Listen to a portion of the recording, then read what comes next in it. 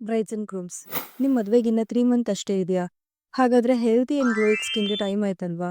ನಾನು ಹೇಳೋ ಈ ಟಿಪ್ಸ್ನೆಲ್ಲ ಫಾಲೋ ಮಾಡಿ ಆಟೋಮೆಟಿಕ್ಕಾಗಿ ಗ್ಲೋಯಿಂಗ್ ಸ್ಕಿನ್ ಬರುತ್ತೆ. Number 1, basic workout. Every day morning ಅಟ್ಲೀಸ್ಟ್ 1 hour walking, warm up and exercise ಮಾಡಿ. ಇದು ನಿಮ್ಮ ಬಾಡಿನ ರಿಫ್ರೆಶಿಂಗ್ ಆಗಿಡುತ್ತೆ.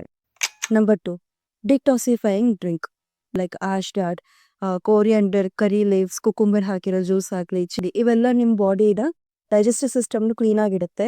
ಸೊ ದಟ್ ನಿಮ್ಮ ಬ್ಲಡ್ ಪ್ಯೂರಿಫೈ ಆಗುತ್ತೆ ಆ್ಯಂಡ್ ನಿಮ್ಮ ಸ್ಕಿನ್ ಆಟೋಮೆಟಿಕ್ಕಾಗಿ ಗ್ಲೋ ಆಗೋಕ್ಕೆ ಶುರು ಆಗುತ್ತೆ. Lots of fruit and vegetables ತಗೊಳ್ಳಿ. ನಿಮ್ಮ ಬಾಡಿಯಲ್ಲಿರೋ ಆ್ಯಂಟಿ ಆಕ್ಸಿಡೆಂಟ್ಸ್ ಜಾಸ್ತಿ ಆಗುತ್ತೆ ಆ್ಯಂಡ್ ಮೆಲನಿನ್ ರೆಡ್ಯೂಸ್ ಮಾಡಲಿಕ್ಕೆ ಹೆಲ್ಪ್ ಆಗುತ್ತೆ. 8 ಅವರ್ಸ್ ನಿದ್ದೆ ತುಂಬ ಇಂಪಾರ್ಟೆಂಟ್.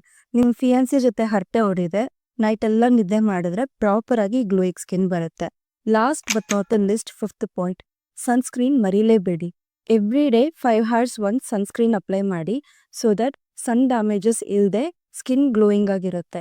ಈ 5 ಟಿಪ್ಸ್ ಫಾಲೋ ಮಾಡಿದ್ರೆ ಮದುವೆವರೆಗೂ ಮಾತ್ರ ಅಲ್ಲ, ಹನಿಮೂನ್ವರೆಗೂ ನಿಮ್ಮ ಸ್ಕಿನ್ ಗ್ಲೋಯಿಂಗ್ ಆಗು ಹೆಲ್ದಿ ಆಗು ಇರುತ್ತೆ.